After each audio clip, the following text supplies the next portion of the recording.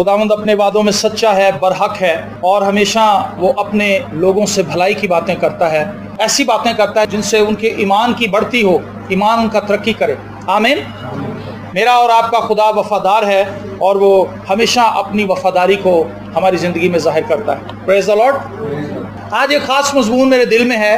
मैं एक ऐसे शख्स से आपको मुतारिफ़ करवाना चाहता हूँ जिससे आप सबसे ज़्यादा गुफ्तगू करते हैं। क्या आप उस शख्स को जानते हैं? वो कौन है जिससे आप सबसे ज़्यादा बात करते हैं? वो आप खुद हैं। आप सुबह उठने से लेकर रात सोते, जब तक आप सो नहीं जाते, आप अपने आप से बात करते रहते हैं। शायद आपने कभी इसके ऊपर गौर किया है या नहीं किया, लेकिन आप दिन के 24 घंटे में जब तक आपका जहन जाग रहा होता है, हम अपने आप से कलाम करते हैं। दूध वाला पता नहीं आज क्यों लेट हो गया, ये आपने किससे बात की है? अपने आप से। आज तो टाइम बड़ी जल्दी गुजर गया है, ये आपने किससे कहा? अपने आप से कहा। 6 बजे वैन वाला आ जाएगा, मैंने स्कूल के लिए निकलना, ये आप किससे कह रहे हैं? अपने आप से कह रहे हैं। अगर आप 24 घंटे में एनालिसिस करें, दूसरों से जो हम गुफ्तगू करते हैं वो हमारी गुफ्तगू का 10% हिस्सा होता है, लेकिन 90% गुफ्तगू जो है वो हम अपने आप से फरमाते हैं। और ये वो गुफ्तगू है जो मेरी और आपकी जिंदगी को तब्दील भी कर सकती है, बरकत भी बख्श सकती है, तबाह भी कर सकती है, लानत भी ला सकती है, कमजोरी भी ला सकती है, जोर भी ला सकती है। आमीन। तो मैं और आप अपने आप से जो कलाम करते हैं ये बड़ा चूजी होना चाहिए, बड़ा चुना हुआ होना चाहिए। सिलेक्टिव कलाम करें, वो बात करें जो आपकी तरक्की की हो। जब तक मैं अपने आप से तरक्की की बात नहीं करूंगा, मैं दूसरों के लिए तरक्की का बायस नहीं बन सकता। वो शख्स जो अपने लिए तरक्की की बात नहीं करता, वो दूसरों के लिए कभी तरक्की का बायस नहीं हो सकता। आपने देखा होगा हमारी गुफ्तगू में ऐसी बातें कसरत से पाई जाती हैं, फलां का बेटा ये नहीं कर सकता। असल में उसे ये तवक्को होती है कि मेरा बेटा भी नहीं कर सकता, इसीलिए वो दूसरे के बारे में भी यही कहता है। लेकिन अपने बेटे के लिए वो प्रिटेंड करता है कि मेरा बेटा जो है वो सबसे काबिल है, हालांकि उसका बेटा काबिल नहीं होता, लेकिन वो प्रिटेंड करता है अपने बेटे के बारे में, लेकिन दूसरों के बेटों के बारे में, बच्चों के बारे में वो बासानी वो बात कर देता जो उसके दिल में होती। तो ये चीज इंतहाई जरूरी है कि हम सारा दिन अपने आप से क्या बात करते हैं। आप मेरी बात को समझ रहे हैं? जब कोई शख्स निजात पा लेता है, तौबा कर लेता है, पिछले संडे हमने तकरीबन 13 लोगों को बपतिस्मा दिया और उन लोगों ने अपनी जिंदगी खुदावंद को दी, उन्होंने खुदावंद के हुजूर चलने का अहद किया, उन्होंने लोगों के सामने इस बात का इकरार किया कि हम खुदावंद के साथ चलेंगे और हमारी जिंदगी का जो बाकी हिस्सा है वो खुदावंद के साथ गुजरेगा, हम अपनी जिंदगी को खुदावंद के साथ गुजारेंगे। तो उनके लिए जरूरी है कि वो सुबह उठते ही अपने आप से बात करें, हालेलुया, खुदावंद का शुक्र हो मैं निजात पा चुकी हूँ, खुदावंद का शुक्र हो कि मैं निजात पा चुका हूँ, खुदावंद का शुक्र हो कि मैं उसके खानदान का फर्द बन चुका हूँ। क्या ये अच्छी बात नहीं है? आपका कलाम, जो कुछ आप अपने मुंह से निकालते हैं या अपने दिल में सोचते हैं, आपके इर्द गिर्द जो कुछ भी माहौल है, आपके मुंह का किया हुआ कलाम उस माहौल को बदल देता है। मैं निजात याफ्ता हूं, अगर आप अपने मुंह से अल्फाज निकालें फौरन आप अलर्ट हो जाएंगे। मैं निजात याफ्ता हूं तो मैं टीवी के आगे फिल्म देख के क्या कर रहा हूं? मुझे तो कलाम पढ़ना चाहिए। समझ आई आपको बात? जो कुछ हम बोल रहे हैं वो हमारी जिंदगी पर असरअंदाज हो रहा है और हमने ये सोचना है कि हमने क्या बोलना है। अगर हम इस मामले में सिलेक्टिव नहीं होंगे, हम गैर जरूरी बातें बोलते रहेंगे, गैर जरूरी चीजें अपने मुंह से निकालते रहेंगे, तो फिर हम अपनी जिंदगी को नाकामी में धकेल देंगे। हम एक ऐसे गड्ढे में अपनी जिंदगी को गिरा देंगे जहां से निकलना हमारे लिए मुमकिन ना होगा। लेकिन खुदा चाहता है, ये जुबान जो एक गोश्त का लोथड़ा आपके मुंह में खुदा ने रखा है, ये बड़ी करामत चीज है। और सबसे बड़ी चीज जो मैंने डिस्कवर की है वो ये कि मेरी और आपकी जिंदगी हमारे तसर्रुफ और कंट्रोल में है। हमारी जिंदगी के अंदर जो कुछ हो रहा है हम उस पर इख्तियार रखते हैं। आदम को बागे अदन के अंदर खुदा ने क्या कहा था? जो कुछ भी मैंने क्रिएट किया है तो सब पर हाकिम है, तो उस पर अपना इख्तियार रखता है। और आदम ने ही नाम रखे थे जानवरों के, और जो कुछ खुदा ने क्रिएट किया, खुदा ने उस सब को आदम के मातहत कर दी। इवन के उसका अपना जिस्म भी, मेरा और आपका जिस्म हम पर हाकिम नहीं है, हम अपने जिस्म पर हाकिम, और हमारे जिस्म के अंदर हमारी जुबान भी है। इसलिए हमें अपनी जुबान को सिखाना है कि हमने क्या कुछ बोलना है। और मैं आज आपकी पर्सनल लाइफ की बात कर रहा हूं। मैं ये नहीं कह रहा कि बच्चों के लिए अच्छा बोले, बच्चों के लिए भी अच्छा बोले, लेकिन आगाज अपनी जिंदगी से करें। अगर हम अपने लिए अच्छा नहीं बोल सकते तो हम दूसरों के लिए भी अच्छा बोलने के काबिल नहीं होंगे। लेकिन वो शख्स जो हर रोज उठते साथ ही अपने आप को ब्लेस करना शुरू करता है, अपने लिए बेहतरीन कलाम करना शुरू करता है, खुदा दिन के आगाज ही से उसे बरकत देना शुरू कर देता है। हालेलुया।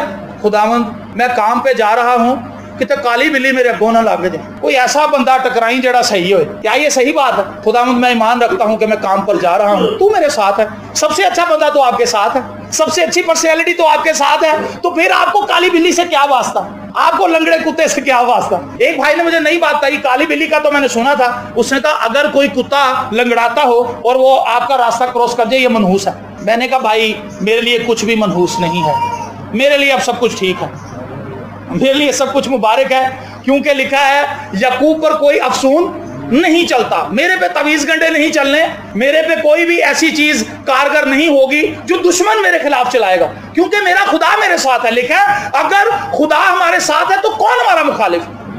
दिन के आगाज ही से अपने लिए बेस्ट चीजें चुनना शुरू करें, बेहतरीन ख्याल अपने ज़हन में लाएं। अगर आपसे दुआ नहीं होती तो आप अपने आप को इनकरेज करना शुरू करें। आज मैंने बहुत दुआ करनी है, हालेलुया, आज मैंने बहुत दुआ करनी है, आज मैं बहुत दुआ करूंगा, आज मैं सारा दिन दुआ में गुजारूंगा। हालांकि आपका दिन बिजी तरीन दिन है, आपने जॉब पर भी जाना है, आपने बिल भी जमा कराना है, बच्चों की फीस भी जमा करानी है, आपने घर के लिए सौदा सर्फ भी लेके आना है, बीवी को भी लेकर जाना है, उसको कपड़े भी दिलाने हैं, आपके एक अजीज ने आपसे मिलने के लिए आना है, आपने भी किसी को मिलने के लिए जाना है, सारा दिन बिजी है, लेकिन तो भी आप कह रहे हैं कि आज मैं दुआ करूंगा, आज मैं दुआ करूंगा, आज मैं कलाम पढ़ूंगी, आज मैं कलाम पढ़ूंगा। आप अपने आप से कलाम करते रहें और खुदा इस सारी मसरूफियत के बीच में से आपके लिए दुआ का वक्त निकालता रहेगा। हालेलुया। खुदा आपको मोटिवेट करेगा कि बेटा अभी तेरे अजीज के आने में आधा घंटा बाकी है, तू दुआ कर सकता है। आप अपने आप को मादा करें, एक्चुअली अपने ऑर्गन्स को मादा करें। जो कुछ आप अपनी मुंह से जुबान से निकालते हैं आपका जिस्म उसको कबूल करता है। आमीन। ये साइंस की बात भी है और ये खुदा के कलाम की बात भी है। पहले ये खुदा के कलाम की बात है, बाद में साइंस की बात। खुदा का कलाम पहले हमें इस बात की तालीम देता है और साइंस का वजूद बाद का है। साइंस भी इस चीज को मानने लगी है कि जो कुछ हम अपने मुंह से निकालते हैं वो हमारी बॉडी पर असरअंदाज होता है, हमारे हालात पर असरअंदाज होता है। हर वक्त अपने आप को कोसते ना रहें, हर वक्त अपने आप को नाकाम मत कहते रहे, मुझसे ये नहीं हो सकता, मेरी बहन, मेरी बीवी, मेरे बच्चे तो बहुत दुआ करते हैं, मेरे से दुआ नहीं होती जी, मेरे से नहीं जी कलाम पढ़ा जाता, तो आपसे पढ़ा भी नहीं जाएगा। इसीलिए क्योंकि हमने अपने मुंह से कह के अपनी आंखों को, अपने ज़हन को, अपने दिल को, अपने ज़मीर को आमादा कर लिया कि मैं नहीं कलाम पढ़ सकता। कहता है पादी साहब मैं जब भी बाइबल को हाथ लगाती हूं मुझे नींद आ जाती है। पादी साहब मैं जैसे ही दुआ करने के लिए झुकती हूं मेरा जिस्म अकड़ जाता है और मेरा दिल करता है मैं फौरन लेट जाऊं। हर दफा यही जुमला, हर दफा यही जुमला, हर दफा यही जुमला। तो बॉडी ने तो अकड़ना ही है, क्योंकि आप बॉडी को कह ही रहे हैं कि तू अकड़ जाएगा, जैसे ही मैं दुआ करने बैठूंगी तुमने अकड़ना है। उन्होंने तो ये मैसेज रिसीव कर लिया है, जैसे ही आप दुआ के लिए झुकेंगे वो अकड़ जाएगी और आपको लेटना पड़ेगा। एक्चुअली आपकी बॉडी की प्रॉब्लम नहीं है, प्रॉब्लम आपकी जुबान की है और उन अल्फाजों की है जो आप अपने मुंह से डेली निकाल रहे हैं। जब मैं दुआ करूंगा खुदा की हुजूरी छा जाएगी, जब मैं दुआ करूंगा खुदावंद के फरिश्ते मुझे चारों तरफ से घेर ले। हालेलुया। जब मैं दुआ करूंगा खुदा मेरी दुआओं का जवाब देगा, जब मैं दुआ करूंगा खुदा मुझसे हम कलाम होगा, जब मैं दुआ करूंगा खुदा की हुजूरी मेरे घर पर छा जाएगी, जब मैं दुआ करूंगी खुदा की बरकत मुझे मिलेगी। इसमें आप अपनी बॉडी को तैयार कर रहे हैं कि बरकत पाने के लिए रेडी हो जाओ, खुदा की हजूरी में आने के लिए तैयार हो जाओ। आप अपनी बॉडी को मैसेज दे रहे हैं, आप अपने आप को प्रिपेयर कर रहे हैं बरकत पाने के लिए। बाइबल मुकद्दस में लिखा है मरकज की अंजील उसका 5वां बाब पे साथ निकालिए, मरकज की अंजील उसका 5वां बाब। एक मशहूर वाकया, सिर्फ एक आयत इसमें से आपके लिए पढ़ना चाहता हूं। खुदा के जिंदा कलाम में क्या लिखा है देखिए, मरकज की अंजील उसका 5वां बाब, फकत उसकी 28वीं आयत। ये वो औरत है जिससे 12 वर्ष से खून जारी था, ये बीमार थी और बहुत दुख सह चुकी थी। और 28वीं आयत में लिखा है क्योंकि वो कहती थी कि अगर मैं सिर्फ उसकी पोशाक ही छू लूंगी तो अच्छी हो जाऊंगी। आमीन। वो क्या करती थी जी? कहती थी। पहले वो ऐसे नहीं करती थी, पहले वो डॉक्टर के पास जाती थी, पहले उसका ज़हन कुछ और था। डॉक्टर के पास जाना, फलां डॉक्टर से मिले हो, फलां से अपॉइंटमेंट लिया, ओहो मैं उसके पास तो नहीं मैं गई, चलो आप मुझे ले जाना। किसी से अपॉइंटमेंट ली, किसी हकीम के पास गई, उधर जा उधर जा उधर जा उधर जा। लेकिन एक दिन उसका ज़हन तब्दील हो गया, किसी से गवाही सुन ली, यीशु का उसने चर्चा सुना, यीशु की बाबत उसने किसी से सुन लिया, उसकी जिंदगी के अंदर एक तब्दीली आई। और वो तब्दीली क्या आई कि वो अपने आप से कहने लगी कि जिस दिन मैं उसकी पोशाक को छू लूंगी उस दिन मैं अच्छी हो जाऊंगी। उसकी बॉडी शिफा पाने के लिए तैयार थी, उसने अपनी बॉडी को शिफा पाने के लिए तैयार कर लिया था और उसे सिर्फ एक पॉइंट ऑफ कांटेक्ट चाहिए था, जस्ट एक टच की जरूरत थी, वो तैयार थी शिफा पाने के लिए। आमीन। क्योंकि वो बार बार अपने आप से कलाम कर रही थी। उसकी बीमारी ये बात जानती थी कि जैसे ही ये यीशु को छुएगी ये शिफा पा जाएगी। उसकी बॉडी को पता था, उसके अज़ा तैयार थे शिफा पाने के लिए। और बाइबल मुकद्दस में लिखा है जैसे ही उसने छुआ तो फिर अगले दिन उसको शिफा मिल गई। जी उसी लम्हे, क्योंकि वो तैयार थी मेंटली तौर पर और जिस्मानी तौर पर, वो शिफा पाने के लिए तैयार थी। मोस्टली लोग जब बीमारियों के लिए दुआ कराने के लिए आते हैं, वो प्रिपेयर नहीं होते शिफा पाने, वो तैयार नहीं होते शिफा पाने के लिए। वो लाइन में लग जाते हैं और वो देख रहे होते हैं पादरी साहब के हाथों चो कुछ निकल रहा है या नहीं। कहता भाई साहब ताड़े दे हाथ चो कुछ भी नहीं निकल रहा। कहता बेटा मेरे हाथ चो तो कभी भी नहीं कुछ निकले। पादरी के हाथ से क्या निकलना है, कुछ भी नहीं निकलना। शिफा तो यीशु देता है। यीशु ने जो कलाम किया, तुम बीमारों पर हाथ रखोगे तो वो शिफा पाएंगे। पादरी साहब अक्सर अपने कलाम में जिक्र करते हैं कि जब भी मैं किसी बीमार पर हाथ रखता हूं तो मैं याद करता हूं कि खुदावंद यीशु मसीह ने अपनी जुबान मुबारक से ही फरमाया कि जब तुम बीमारों पर हाथ रखोगे तो अच्छे हो जाएंगे। तो मेरे हाथ में तो कुछ नहीं है, खुदावंद ने जो कुछ कहा है तासीर उसमें है। लेकिन इससे पहले कि हम शिफा पाने के लिए लाइन में लगे, हमें अपने ज़हन को, अपने ख्यालों को तैयार करना है, घर से प्रिपेयर होकर आना है। आज मैं शिफा पा जाऊंगी, आज मैं शिफा पा जाऊंगी। हमारे पास ऐसे बहुत सी गवाहियां हैं। एक बहन ने बपतिस्मा लिया, हालांकि बपतिस्मे का शिफा से कोई ताल्लुक नहीं है, लेकिन उसने उसको अपना पॉइंट ऑफ कांटेक्ट बना लिया था कि जैसे ही मैं हौज के अंदर उतरूंगी मैं शिफा पाऊंगी। उस बहन को बहुत सारी गिल्टियां थी और वो बीमार थी, दर्द होती थी, उसे तकलीफ होती थी, ब्लीडिंग भी होती थी, उसको परेशानी होती थी और वो मुसीबत के अंदर मुब्तला थी। लेकिन उसने अपने आप को प्रिपेयर करना शुरू कर दिया था कि जिस दिन मैं हौज में उतरूंगी उस दिन मेरी गिल्टियों का आखिरी दिन होगा। आमीन। उसने ना ये बात अपनी बेटी को बताई, ना ये बात उसने किसी से शेयर की, ना उसने पादरी साहब से इस बात का तस्करा किया जब वो बपतिस्मा लेने के लिए उतरी। ये उसका जाती कॉन्टेक्ट था खुदा के साथ, ये उसकी जाती कमिटमेंट थी, ये उसका जाती एक्सपीरियंस था खुदा के साथ जो वो करना चाहती थी। ये गाली मार्केट का वाकया है। वो पानी में उतरी हौज के अंदर और जब बपतिस्मा लेके बाहर आई तो उसने फौरन अपने आप को चेक किया, रसौलियां वहां पर नहीं थी। आमीन। उस औरत ने ये यकीन कर लिया था कि जिस दिन मैं छूंगी मैं शिफा पा लूंगी। उस बहन ने ये यकीन कर लिया था कि जिस दिन मैं हौज के अंदर उतरूंगी खुदा मुझे शिफा दे दे। हम अपनी बॉडी को प्रिपेयर नहीं करते, हम अपने ज़हन को प्रिपेयर नहीं करते कि खुदा हमारे हालात बदले। हम अच्छे हालात की तवक्को जरूर करते हैं, लेकिन अपने मुंह की मशीन गन से नाउमीदी फैलाते रहते हैं, नाउमीदी फैलाते रहते हैं। कुछ नहीं होने लगा, कुछ नहीं होना, कुछ नहीं होना, चलो कभी तो अच्छा होगा, कभी तो खुदा कर देगा। खुदा कर सकता है, लेकिन खुदा इंतजार कर रहा है कि ये बहन कब तैयार होगी, ये भाई कब तैयार होगा।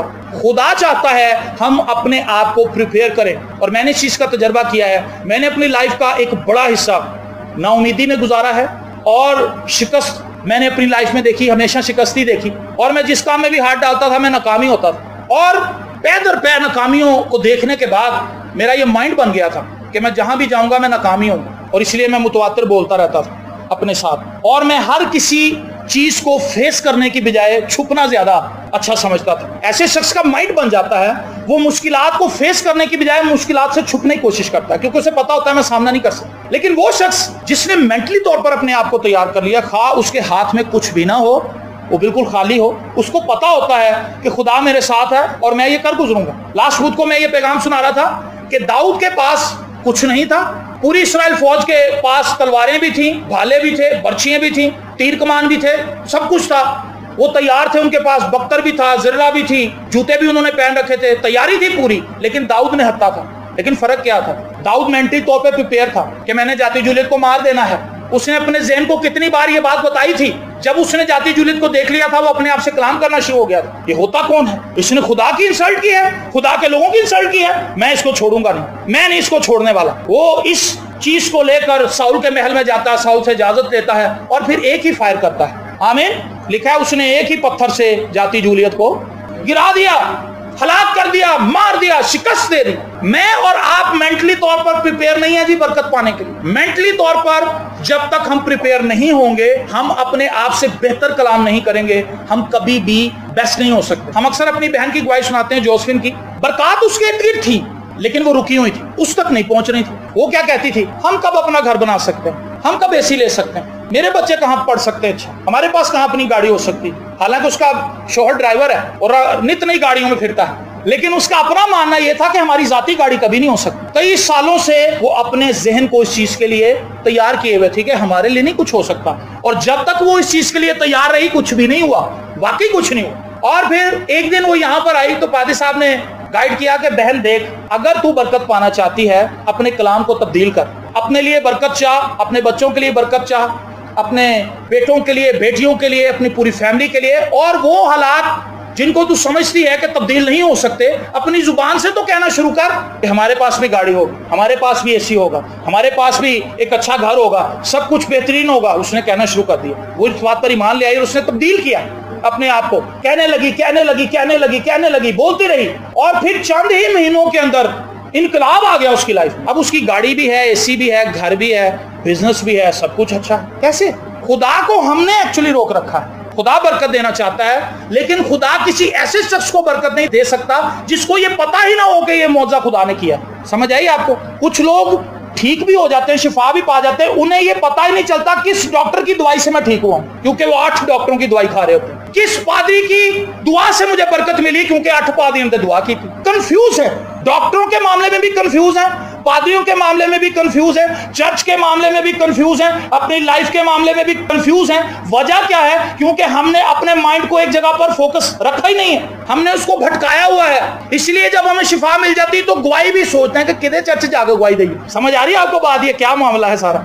जब मुझे ये पता है कि मैंने ये बात कही खुदा से है, और जब वो मेरी लाइफ में होगी तो मैं सारा जलाल खुदा को ही दूंगा। खुदा चाहता है कि हम अपनी लाइफ के लिए बेस्ट कलाम करें, अपनी लाइफ के लिए बेस्ट कलाम करें। आमीन, प्रेज द लॉर्ड। जब यूसुफ को खुदा ने ख्वाब दिखाए थे, उसको रोया दिखाई थी, उसके बाद उसके हालात बड़े बदतर हो गए थे। उसके भाइयों ने उसको बेच दिया था, वो गुलाम बन गया था, लेकिन खुदा ने ये साबित किया कि बेटा मैं तेरे साथ हूं। ऐसा नहीं हुआ कि वो बिल्कुल ही वहां पे तबाह हाल हो गया। जिस जगह पर वो गया खुदा ने उसको सरफराजी बख्शी, क्योंकि खुदा ने उससे कलाम किया हुआ था, और जो कलाम उससे खुदा ने किया था वो उस कलाम को दोहराता रहता था।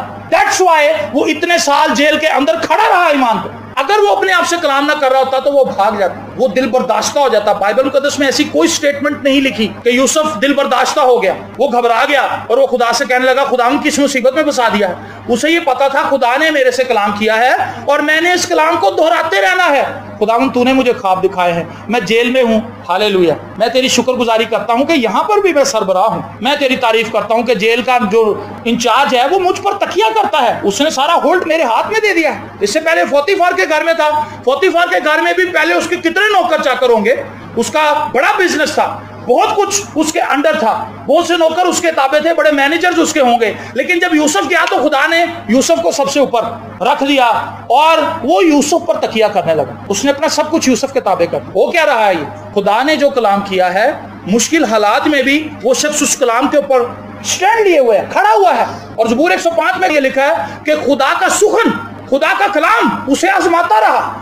आमीन। और खुदा मुझसे और आपसे भी यही तकाजा करता है। बहुत से लोगों के लिए खुदा कलाम करता है, इबादत के अंदर पाजी साहब के वसीले से बोलता है, अब भी वो आपसे बोल रहा है, जब आप खुद बाइबल मुकद्दस पढ़ते हैं उस वक्त भी बोलता है, हालात के जरिए से भी बोलता है। लेकिन तो भी हम अपने आप को ठीक नहीं करते। खुदा ने जो कलाम किया है उस पर स्टैंड करें। खुदा ने तूने कहा है, मेरा ईमान है कि तू ऐसा करेगा। हालात तो उसके ऑपोजिट नजर आ रहे हैं। अब क्या होगा?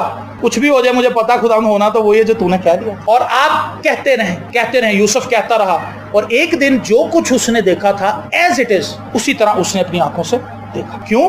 क्योंकि वो मुतवातिर अपने आप से कलाम करता रहा। अपने लिए एक बेहतरीन पिक्चर को पोर्ट्रेट करें, अपने फ्यूचर को बेहतरीन देखें, अपने फ्यूचर को डार्क मत देखें, अपने फ्यूचर को ब्राइट देखें। अपनी आंखों से नहीं, मसीह की आंखों से, अपने ईमान से नहीं, मसीह के ईमान से, अपने कलाम से नहीं, खुदा के कलाम से। खुदा का कलाम आपको बता रहा है कि आपका फ्यूचर ब्राइट है, आपके हालात बता रहे हैं फ्यूचर डार्क है। आप किसकी बात मानेंगे जी?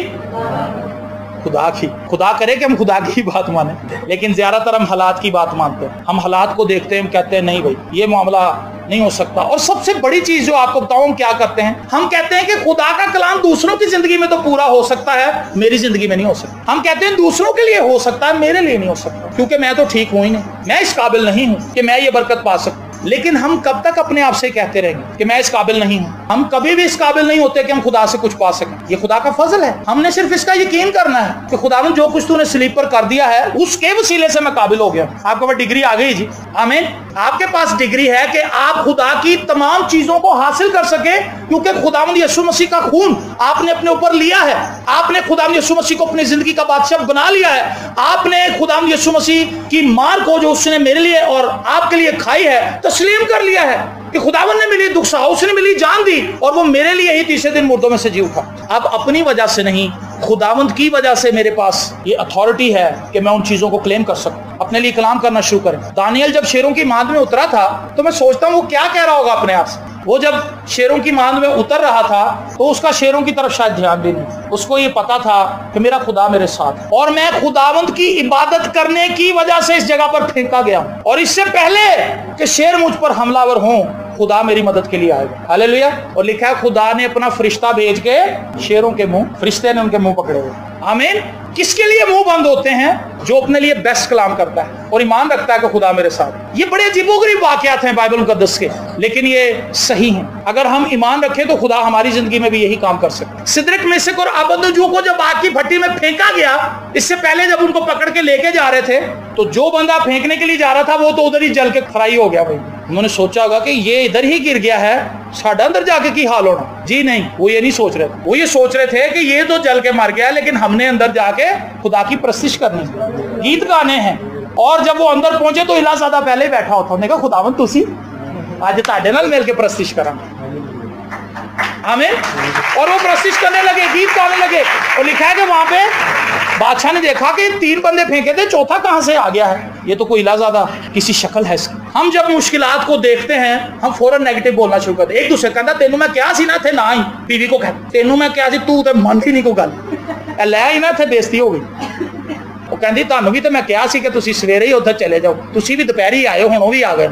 ऐसा करते ना, एक दूसरे को फौरन ब्लेम करना शुरू, तेरी वजह से ऐसे हो, तेरी वजह से ऐसे हुआ। बच्चा मेरा सवेरे ना चला जाता मोटरसाइकिल लैके तो हो आना सी, हुण लैके आया मोटरसाइकिल, सिर ते आ गई। तो बोलते नेगेटिव बोलते। मुश्किल कोई हमारे सामने आए सही, बस फिर हम अपनी बेतकादी का खुल के मुजाहरा करते हैं, अपनी बेवकूफियों का खुल के मुजाहरा करते हैं। लेकिन जब ईमानदार के सामने आजमाइश आती है, ट्रू ईमानदार के सामने, तो वो अपनी सेंस को यूज करता है, अपने उस स्टैंडर्ड को यूज करता है, अपने उस तालीम को इस्तेमाल करता है जो खुदा से उसने हासिल की है। वो उस रवैये को अपनाता है जो खुदा के लोगों का होना चाहिए। इन लोगों को देखें, इतनी बड़ी मुश्किलात में वो बासानी उतर गए और बासानी बाहर भी आ गए। आग के अंदर कोई शख्स खड़ा हो और उसके बाल ना जले, कपड़े तो चलो ठीक है, कपड़े ऐसे आ गए हैं कि अब आप आग में उतर जाए तो वो कपड़े जलते नहीं, बड़े महंगे कपड़े वो, और खास लोगों के पास होते हैं, खास इदारों के पास है जो फायर ब्रिगेड है। अगर आग लग जाए तो उनके पास ऐसी जैकेट्स हैं, ऐसे उनके पास ट्राउजर हैं, ऐसे बूट हैं, वो जंप मार देते हैं अंदर और उनको आग नहीं लगती और वो लोगों को वहां से निकाल के बाहर ले आते हैं। लेकिन इन लोगों के पास तो कुछ ऐसा नहीं था, ये आम ही कपड़े पहन के अंदर गए थे। लेकिन सबसे हैरानकुन चीज ये थी कि उनके बाल भी नहीं जले। बालों का मामला ये कि जरा सा आप चूल्हे के पास जाए वो फौरन मुड़ जाते हैं, उनको आग लग जाती है, वो इतने वीक होते हैं। लेकिन इतनी ज्यादा आग के बावजूद भी उनका कुछ जला नहीं। वजह क्या थी? क्योंकि वो ईमानदार थे और वो बिहेव करना जानते थे कि एक ईमानदार को कैसे बिहेव करना चाहिए। मैं और आप अगर अपने लिए बेस्ट कलाम नहीं कर रहे तो हम अपनी जिंदगी को अपने हाथ से खुद तबाह कर रहे हैं। गुज़िश्ता 10 सालों से मैं अपने लिए बेस्ट बोलता हूं, मैं किसी को नहीं बताता, कई बातें बता भी देता हूं, लेकिन मैं जाती तौर पर अपने आप को इस चीज के लिए तैयार रखता हूं कि खुदा मेरे लिए सब कुछ कर सकता है। हालेलुया। और खुदा मेरे लिए करता है। मेरी लाइफ में बहुत से मौजज़े खुदा ने किए हैं, इतने ज्यादा कि उनको शुमार करना मेरे लिए मुमकिन नहीं रहा, और बहुत ज्यादा है, और हर रोज खुदा करता है। रीजन क्या है? मैं अपने आप को तैयार कर रहा हूं डेली। मैं कहता हूं खुदावंद आज बेहतरीन चीजें मुझे देगा, खुदा आज मेरे लिए बेस्ट करेगा। हालेलुया। खुदा मेरे लिए बेहतरीन चीजें मुहैया करेगा, तो खुदा ऐसा करता है। Praise the Lord. क्या आप समझ रहे हैं जो कुछ मैं आपसे कह रहा हूं? आपको समझ आ रही? अपने लिए बेहतरीन बोलना शुरू करें। मैं दूसरों से मोहब्बत करूंगा, मैं कभी दूसरों की बातों से नाराज नहीं होऊंगा। हमने कभी कहा ही नहीं, हम नहीं कहते अपने आप से, हम तो ये कहते हैं कि जो नफरत के काबिल है हम तो नफरत ही उससे करेंगे भाई, जो बदतमीज है उसकी इज्जत कैसे करूं मैं। लेकिन हमें ऐसा नहीं कहना अपने आप से। वो शख्स जो मुझसे मोहब्बत नहीं करता मैं उससे भी मोहब्बत करूंगा। और फिर वो शख्स जब आपके सामने आ जाएगा, आपने अपनी बॉडी को तैयार किया होगा, जब वो शख्स आएगा तो आप उससे हाथ नहीं मिलाएंगे, आप जब ही डालेंगे, क्योंकि आप तैयार हैं वो तैयार नहीं है। हमने अपने आप को तैयार करना है, दूसरों को छोड़ें। पहले अपने आप को तो सेट कर लें, पहले अपनी आंख से तो शतीर निकाल लें, फिर दूसरे का भी तिनका साफ नजर आ जाएगा। हम दूसरों के तिनके निकालने चले हैं, अपनी आंखों में शतीर फंसे हुए। ये मैंने नहीं कहा, यीशु मसीह ने कहा। Praise the Lord. और बाइबल मुकद्दस में लिखा है आदमी का दिल फिक्रमंदी से दब जाता है। हम साल की किताब उसका 12वां बाब और उसकी 25वीं आयत। आदमी का दिल फिक्रमंदी से दब जाता है लेकिन अच्छी बात से खुश होता है। किससे खुश होता है जी? अच्छी बात से। तो अच्छी बात कौन सी है? जो मैंने आपको बताई है। आपने अच्छी बातें करनी है, अपने आप से करें, दूसरों से ना करें। पहले अपने आप को तैयार करें अच्छी बातों के लिए, और जब आपके अंदर अच्छी बातें भर जाएंगी तो अच्छी बातें ही आपके अंदर से निकलेंगी, क्योंकि जो कुछ आदमी के दिल में होता है वही उसके मुंह पर आता है। हमने अपने दिल में अच्छी बातें नहीं भरी हुई, हमारे दिल में बुरी बातें हैं, इसलिए बुरी बातें ही हमारे मुंह से निकलती। पुत्र मेरा दिल दा बड़ा चंगा है, मुंह दा कोड़ा, उसका दिल भी कोड़ा है, क्योंकि उसके मुंह पे जो कुछ है वो उसके दिल की कासी कर रहा है। उसके मुंह में गालियां हैं, उसके दिल में भी गालियां हैं, उसके जहन में भी गालियां भरी हुई हैं, उसके मुंह पर गंद आया है, उसके दिल के अंदर भी गंद भरा हुआ है। जिस शख्स का दिल साफ है उसका मुंह भी साफ है। ये बाइबल की तालीम। जो कुछ दिल में भरा हुआ है वही आप किसी शख्स को बोलते हुए देख ले, आपको फौरन उसका दिल पता चल जाएगा। जो शख्स जो लैंग्वेज यूज कर रहा है उसके मुंह से मायूसी के अल्फाज सुन ले, आपको पता चल जाएगा इसका दिल मायूसी से भरा हुआ है, फिक्रों से दबा हुआ है, ये परेशान हाल आदमी है। लेकिन वो शख्स जो कहता खुदावन का शुक्र है, हालात ऐसे नहीं है लेकिन मैं खुदावन का शुक्रगुजार हूं कि खुदा फिर भी मुझे लिए फिर रहा है। हालेलुया। आप कहेंगे नहीं ये बंदा ईमानदार है, इसकी लाइफ के अंदर खुदा काम कर रहा है। बड़ा आसान है लोगों को परखना, लेकिन हम धोखा खा जाते हैं। आदमी का दिल फिक्रमंदी से दब जाता है। क्या आप अपने दिल को दबाना चाहते हैं? दबा रहे, परेशान हाल रहे। क्या आप खुश होना चाहते हैं? अगर खुश होना चाहते हैं, लेकिन अच्छी बात से खुश होता है, अच्छी बातें करें अपने आप से करें, अपनी बीवी से अच्छी बातें करें, बीवी शोहर से अच्छी बातें करें, बच्चे वालिदैन से अच्छी बातें करें, वालिदैन बच्चों से अच्छी बातें करें, कलीसिया पादी साहब से अच्छी बात करें, पादी साहब कलीसिया से अच्छी बातें करें, मोहल्लेदारों से अच्छी बातें करें, बॉस नौकर से अच्छी बात करें, नौकर बॉस से अच्छी बात करें, सास बहू से अच्छी बात करें, बहू सास से अच्छी बात करें। अच्छी बातें करें, क्योंकि खुशी इसी से मिलनी। अच्छी बातें खुदा के कलाम की बातें। हालेलुया। खुदा के कलाम को स्टोर करना शुरू करें। मैंने आपको बताया, आप ये ना कहें कि जी मुझसे बाइबल नहीं पढ़ी जाती, आप ये कहें कि जी मैंने ये तहैया किया है कि अब मैं बाइबल पढ़ूंगा, मैं ज्यादा बाइबल पढ़ूंगी। और आप देखेंगे कि कुछ ही दिनों के बाद आप बाइबल पढ़ रहे होंगे, क्योंकि आप मेंटली तौर पे अपने आप को तैयार कर चुके होंगे, आपकी बॉडी तैयार हो जाएगी। मैं दुआ करूंगी जी, आप ये ना कहें कि जी मुझसे दुआ नहीं होती, आप ये कहें कि पादी साहब मैंने इरादा कर लिया है, अब मैं आप देखें कि मैं दुआ करूंगी, और आप कर रहे होंगे दुआ। हर तरह से खुदा आपको ब्लेस करना चाहता है, आपकी जिंदगी के अंदर हर एक नाकामी को खुदा दूर करना चाहता है, लेकिन खुदा चाहता है कि हम अपने लिए बेस्ट कलाम करें। कई दफा हम सोचते हैं कि अब बहुत देर हो चुकी है, अब खुदा ने मौजा किया तो क्या किया, मैं तो बुढ़ा हो गया जी, मैं तो बुढ़ी हो गया जी, खुदा ने तो कोई मौजा नहीं। चंद दिन पहले एक बहन ने मुझे कहा है, उन्होंने कहा जी हुण अपना घर मिलिया तो की मिलिया, सारी उम्र दे लंघ गई किराया च धक्के खांदे। ये सही बात है, लोग ऐसा सोचते हैं, आप भी ऐसा सोचते होंगे, मैं भी ऐसा सोचता था, लेकिन अब नहीं। मैं आपको एक गवाही सुनाता हूँ। बहुत से ऐसे लोग हैं यहाँ पर जो पास्टर विलियम सैमुअल से वाकिफ होंगे, कुछ वाकिफ नहीं है। बहुत खूबसूरत खादम थे खुदा के, और वो कहते हैं कि मैं ये सोचता था कि अब मेरी इतनी उम्र हो गई है, शराब नोशी की सारी उम्र, और अमेरिका में थे और महफिलों में गा लिया और वहीं शराब पी के गिर गए, ये लाइफ थी। वो अपने मुंह से बताते हैं, और उन्होंने कहा कि मेरी उम्र 40 साल से भी ज्यादा हो चुकी थी, तो मैं सोचता था कि अब तो बस इतनी जिंदगी बाकी नहीं है, तो क्या फायदा था जिंदगी का। कहते लेकिन उन्हीं दिनों में कैंसर मेरी लाइफ के अंदर अपीयर हो गया। डॉक्टर्स ने कहा कि जी आपको कैंसर हो चुका है, और कैंसर भी आपका लास्ट स्टेज पर जा चुका है, आप अपने वतन वापस चले जाएं पाकिस्तान में, और पाकिस्तान जाकर आप अपने बच्चों के साथ कुछ वक्त गुजार ले, और बस फिर आपकी जिंदगी खत्म हो जाएगी। और वो कहते हैं कि मैं मरने के लिए पाकिस्तान आया था। क्या करने के लिए जी?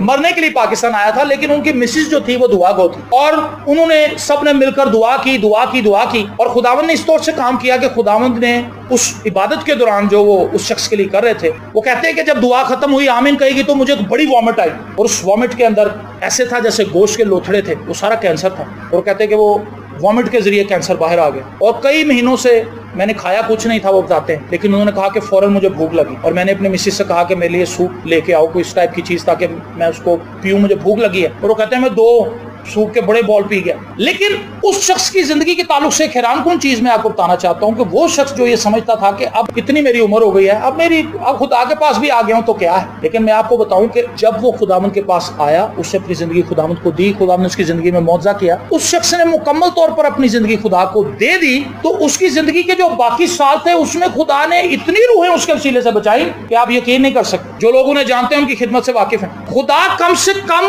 वक्त के अंदर ज्यादा से ज्यादा काम करना जानता है, और खुदा को ये पता है, खुदा वक्तों का मालिक है। आमीन। खुदा को ये पता है कौन सा काम किस वक्त पर करना है, और जिस वक्त पर खुदा अपने काम करता है वो बेस्ट टाइम होता है। मैंने और आपने इस बात का यकीन करना है कि खुदा के वक्त बेहतरीन वक्त, और जिस शख्स को ये बात समझ आ जाती है वो खुदा की शुक्रगुजारी करता है, बगैर रुके करता है, क्योंकि उसे पता होता है कि खुदा जिस वक्त पर काम करेगा वो ही बेस्ट टाइम होगा। मैं कभी कभी सोचता था कि मैं अकेला हूं, मैंने पहले भी कई दफा बताया, तो मैं सोचता था मेरी शादी नहीं होनी, मेरे माँ प्यो भी कोई नहीं, ना मेरा को अपना कारोबार, ना कोई मैं मुआशी तौर पर इतना स्टेबल हूं कि कोई मुझे मेरे साथ शादी करेगा। लेकिन खुदा ने मुझे बेस्ट बीवी दी। मेरी शादी लेट हुई है। आजकल शादियां जल्दी भी हो जाती हैं, कुछ लेट भी होती हैं, उनकी भी वजूहात हैं। मेरी शादी तकरीबन 33 साल की उम्र में हुई, 33वें साल में था जब मेरी शादी हुई, लेकिन तो भी इसके बावजूद मैं समझता हूँ कि वो बेस्ट टाइम था। खुदा ने मुझे अच्छी बीवी दी, खुदा ने मुझे औलाद भी बख्शी और खुदा ने मेरी जिंदगी के अंदर इत्मीनान बख्शा है। हालेलुया।